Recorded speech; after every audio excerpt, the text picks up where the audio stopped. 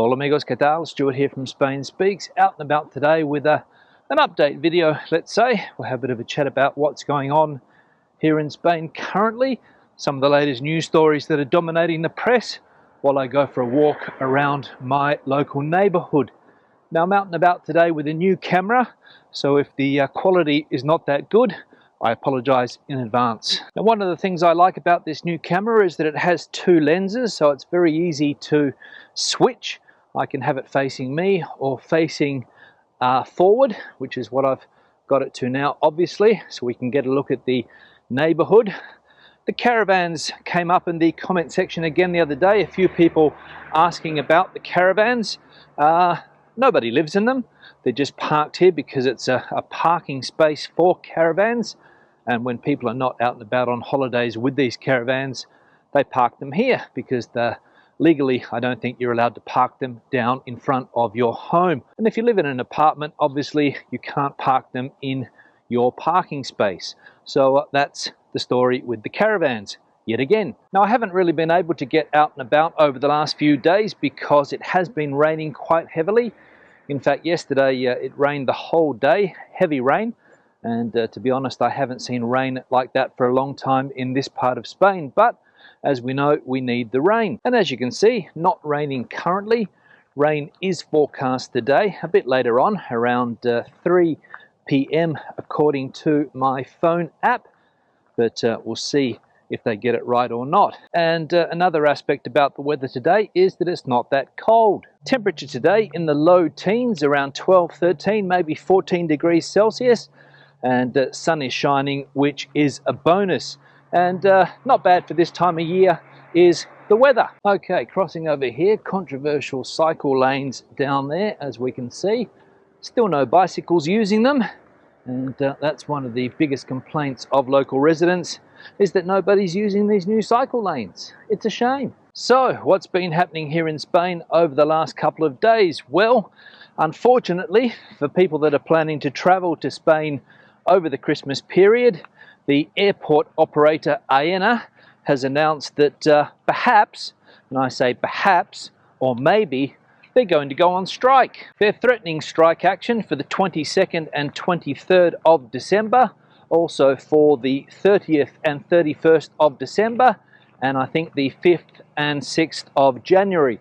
But as I said, they're only threats currently, and they haven't said whether or not they will definitely strike. I think they're negotiating with the government, which is what a lot of people are doing at the moment, trying to improve conditions. So we'll see over the next few days whether or not the airports here in Spain go on strike, or airport workers and air traffic controllers. So if they do go on strike, no doubt there will be travel chaos here in Spain over that Christmas period, which, as we know, is quite long, starting around the 22nd of December and going all the way through until the first Monday after the 6th of January, when our kids go back to school. And this group, Aena, which controls the airports here in Spain, one of many collectives that are threatening strike action at the moment. Airline companies are threatening strikes, doctors and nurses are threatening strikes, transport workers are threatening strikes, public transport workers threatening strikes, so everybody threatening to strike here in Spain currently. And I mentioned in yesterday's live stream that it appears that every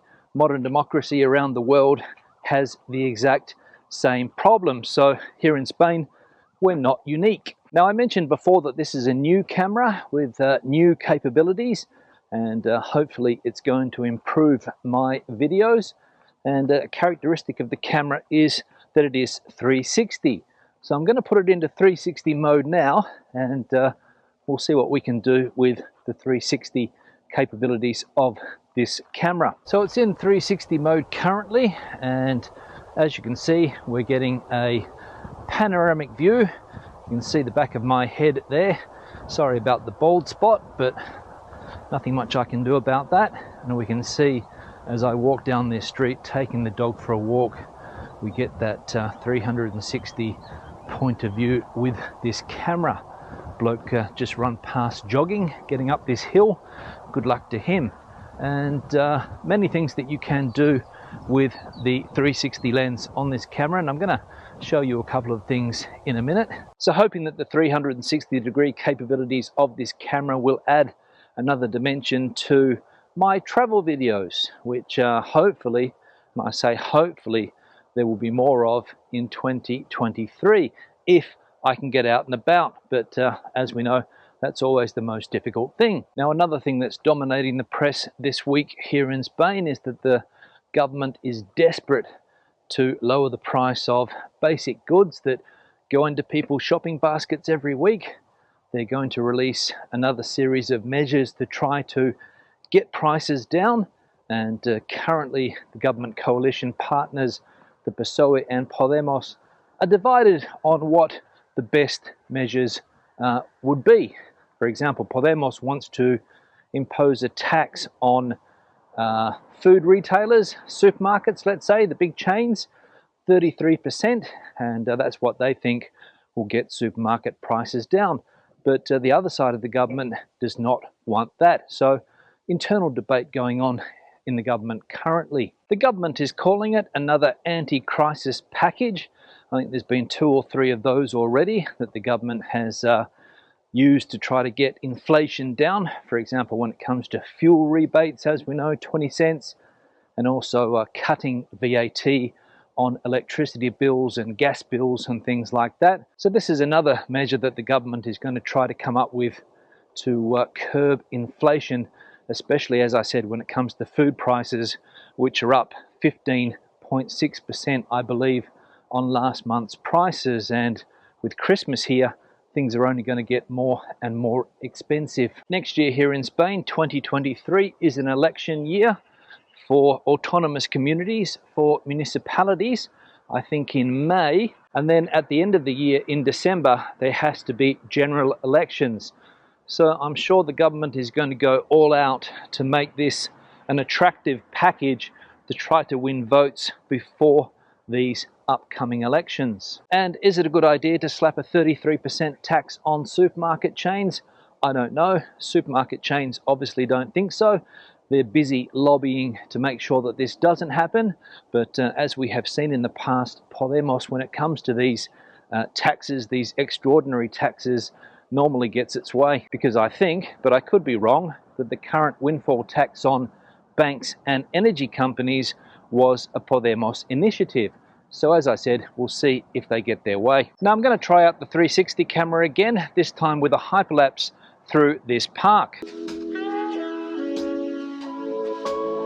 So a brief hyperlapse there, but you get the idea. Now the final thing I'll talk about today is Catalonia and its rocky relationship with Spain.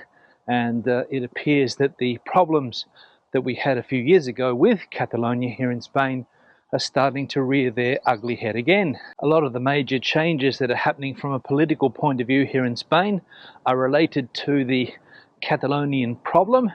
We know that the government wants to reduce jail sentences for embezzlement and also for sedition. Over here we have the local estancon, nobody in there at the moment, or one person buying their tobacco for the week. And the president of the Catalonian Republican Left Party, Oriol Junqueras, came out yesterday and said that he wants to start talking about a referendum again for Catalonia. Self-determination, as they call it. And of course this Mr. Junqueras is one of the key figures behind the last referendum that Catalonia held, that illegal referendum back in 2017, I believe, and he spent time in prison.